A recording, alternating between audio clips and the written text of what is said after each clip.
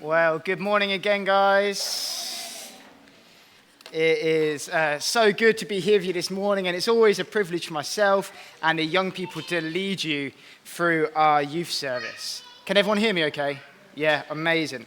Now, before I get into my preach, I just want to put a little disclaimer out there, okay? So, many of the things I talk about today are going to be factual and backed up statistically. However, other things I talk about may be potentially quite challenging to hear. You may not even agree with everything I say, and that's okay. I'm not a parent, so I can't speak from the position of having that experience. However, I am someone who experienced being a teenager not that long ago. At least I would say not that long ago. The young people may disagree. I'm someone who has worked with teenagers in different roles for over 14 years. I have 7 years of experience of leading Christian youth ministry, and I'm trained and qualified professionally in how to support teenagers through adolescence. So I hope as I bring today's message and as we explore the topic of the anxious generation, that we can be open as a church to reflect together on what God is saying. And if you do feel challenged by anything, or if you even disagree with anything I say, please feel free to come and speak to me about it at some point. That would be absolutely okay. Is that all right, guys? Yeah. Amazing. Now, I remember this one day when I was about 19 years old. I was just chilling at home. I think I was watching some TV when my phone suddenly pinged. It was a message from one of my friends which said, "Would you like me to set you up with someone?" Now, I'll be real. I know you'll look at me and you think, yeah, Nathan, he's super confident, that he's a super cool guy, a good communicator, obviously incredibly handsome. I'm sure you thought when I was at school, the girls were all over me. But the truth is, up until this point, I'd never had a girlfriend before. And when a girl did talk to me, I was always incredibly awkward. So I didn't know what to say, but eventually I messaged back, "Did you have someone in mind?"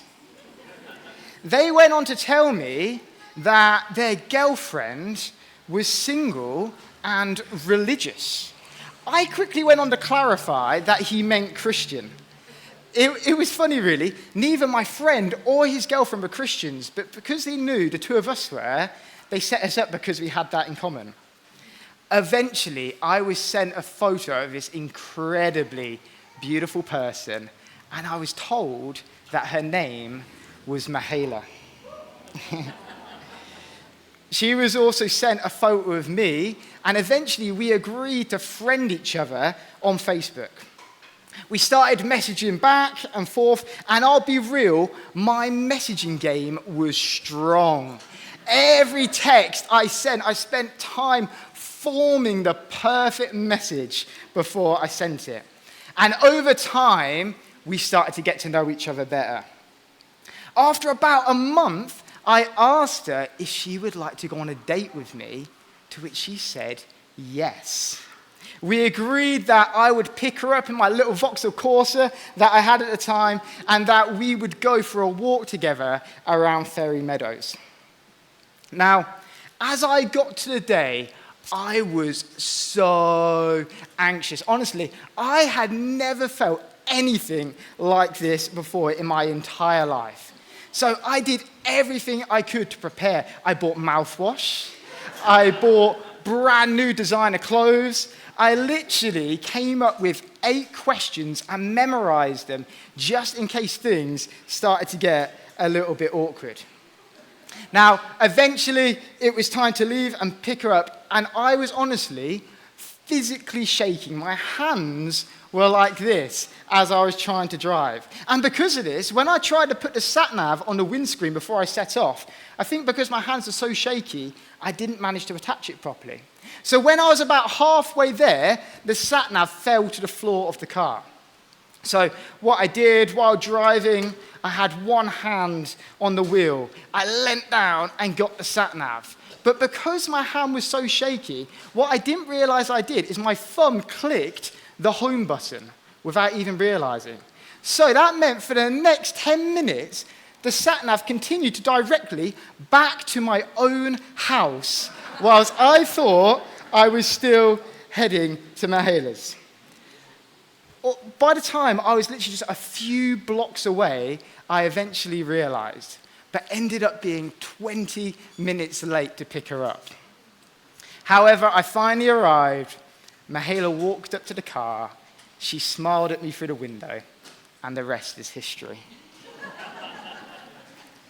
But that was one of the most anxiety-inducing days I had ever faced. But the thing is, some anxiety is normal. In fact, it can even be helpful. My anxiety in that situation helped me to prepare well for my day. Anxiety can help us to work efficiently. It can keep us safe from danger and can help us to perform in important moments. Every single one of us here will experience anxiety in some way. It's a normal emotion that even Jesus felt, and it isn't something to be afraid of. However, excessive anxiety is different and can be extremely damaging for our overall well-being. We are living in a world right now going through an anxiety epidemic, and in the middle of all of that, our young people are being given the label by experts, the anxious generation. And if we look at the research, they seem to be right. Have I got this on yet? Young people's anxiety levels have increased dramatically over the last 10 years. And unfortunately, the NHS and other services have struggled to keep up with the needs. Data from the NHS shows that statistically, 1 in 5 8 to 16-year-olds have a probable mental health disorder. 1 in 5. We work with over 100 children and young people in that bracket as a church. So this is a very real concern for us. And Youthscape's Centre for Research shows that between 2007 and 2022, 16 to 18-year-olds experiencing high levels of mental distress has doubled from 22% to 44%.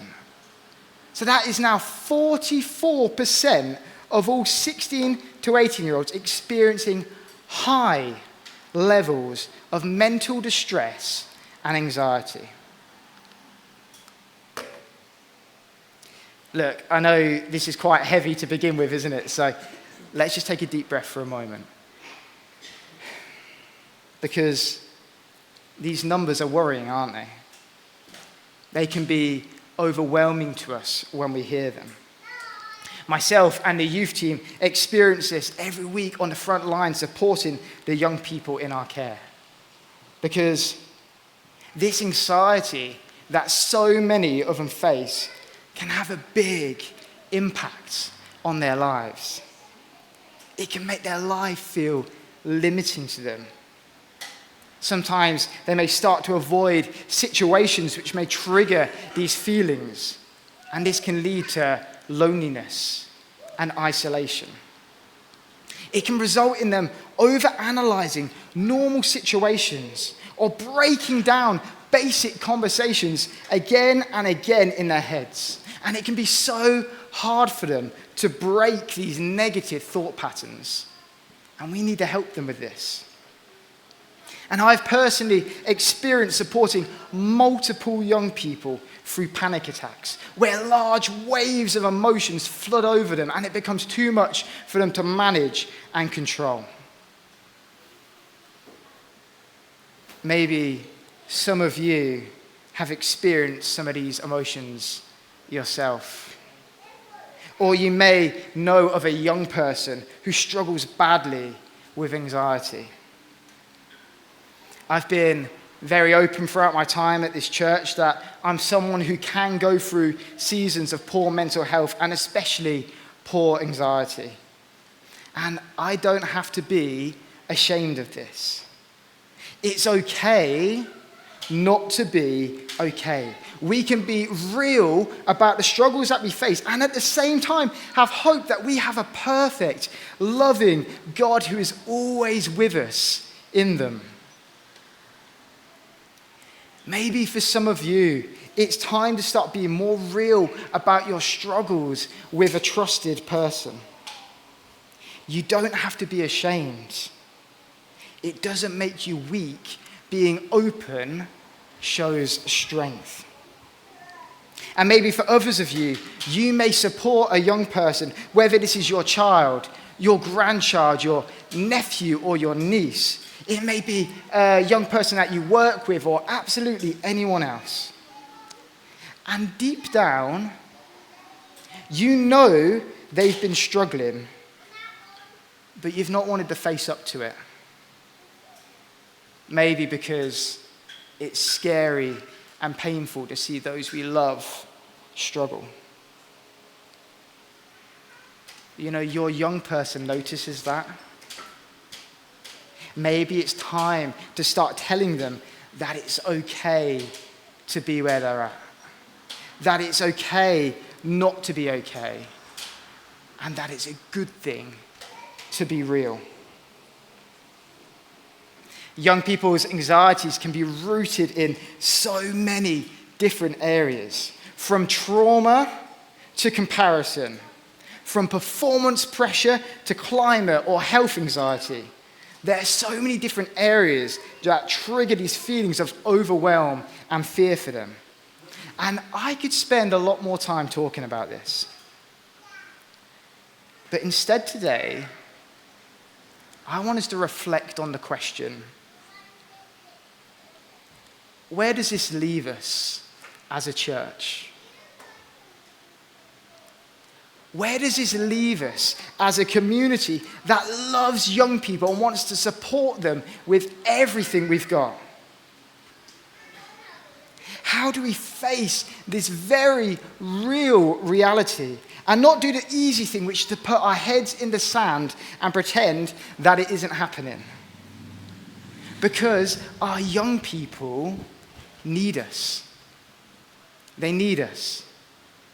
They need stable, loving people who are willing to walk with them through their anxieties, even when they're inconsistent, unstable, or maybe even lashing out. I think one area we need to reflect on is whether we overprotect our young people due to our own fears that we project onto them. Have we kept our boundaries so tight that we are suffocating our young people without realizing? Telling ourselves that it's love, but really it's fear. I heard this incredible talk by an amazing charity called Care for the Family, where they spoke about the importance of constantly re-evaluating our boundaries as our children grow into young people. Because we tend to put teenagers and children in the same bracket. But my youth team know that if they call our young people children, I will always correct them, because children and teenagers are at a very different stage of life and face very different challenges. Therefore, their boundaries have to be different as well. As a child, you need tighter boundaries to keep you safe, to show you right and wrong, and to help you develop and grow. But for a teenager to develop well, they need their boundaries to be regularly loosened as they get older. They need space to make mistakes and learn from them. They need room to make their own choices and find out who they are as an individual away from their parents. This is scary for us as adults who probably know better and have a stronger understanding of the dangers. But if you make your boundaries too tight, your young people will hop the fence to where it's unsafe, but they will do it without you or your guidance, and they may end up feeling scared and alone. Or they won't learn from mistakes and won't realize they have the ability to get up when they fall down because they've never had the opportunity to. They may begin to feel anxious about the world outside of their tight boundaries that they haven't yet experienced or don't understand. How can we, as a church and as adults with young people in our care, begin to reflectively, with God, loosen our tight boundaries, allowing our young people to explore, develop, and grow in freedom towards the people that God is calling them to be? It doesn't mean we take all boundaries away. That would be irresponsible and unsafe. But it does mean that we trust our young people into God's hands rather than holding them tightly with ours. Healthy boundaries can develop resilience and strong self-esteem. But overly tight boundaries can induce anxiety and slower self-development. Just as Jesus walked with his disciples, his own group of teenagers, for 3 years through their ups and their downs, their mistakes and their anxieties, how can we go on a journey with our young people? Not one of trying to fix them or one where we try and control everything, but one where we pick them up when they fall. Just like when Jesus pulled Peter up from the waves after he called him out of the boat. How can we go on a journey where we love our young people even when they don't deserve it? We encourage them even when they don't appreciate it, or where we constantly point them to Jesus and we don't give up on them when they start walking in the wrong direction.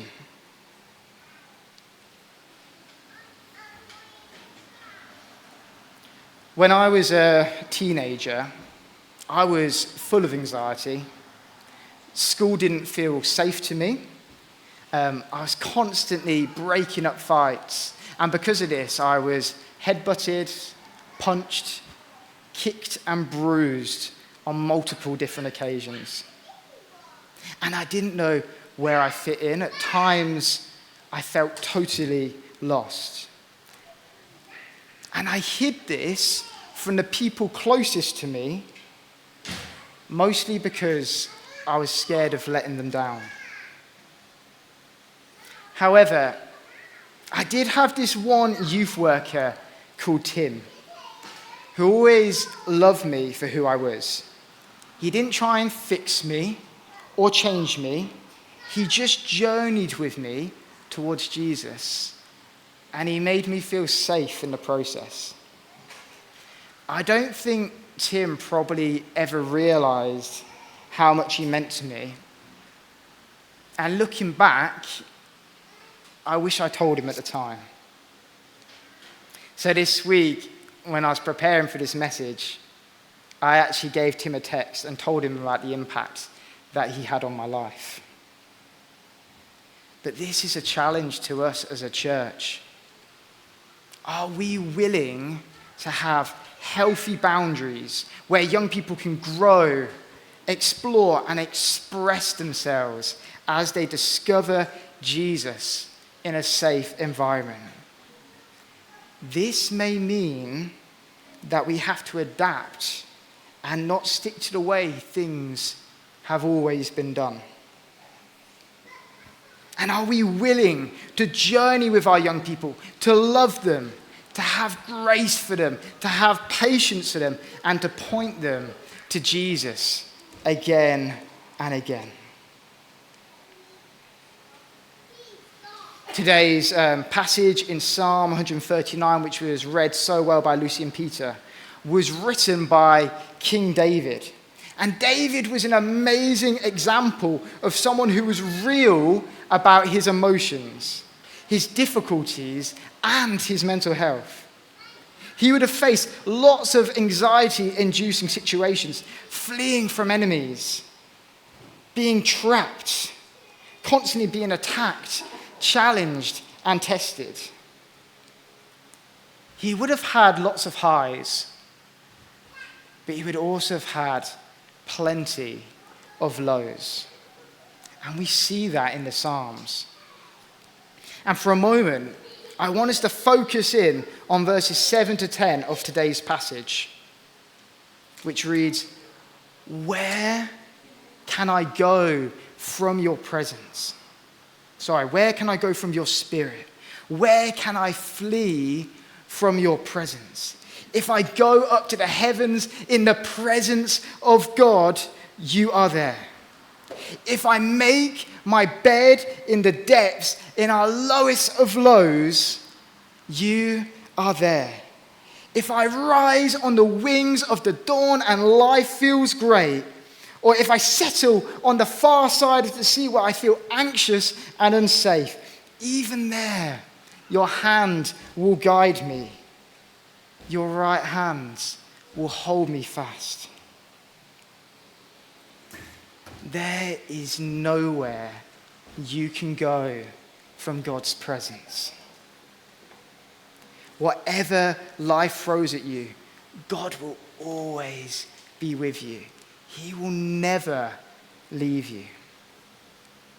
And this has been a huge comfort to me in my journey with mental health. Because, just because you're a Christian, it doesn't mean that life suddenly becomes easy. But it does mean that we have a relationship with a perfect, loving Father who is with us through every challenge and difficulty we face. I love the fact that God promises in the Bible that not a single tear is wasted, that he stores every single one. Maddie did this brilliant talk at Tuesday Youth last week when she was on work experience with me, where she reflected on the passage where Jesus rose Lazarus to life. And she honed in on the fact that before Jesus performed this miracle, he wept. He wept. Even though he knew what he was going to do.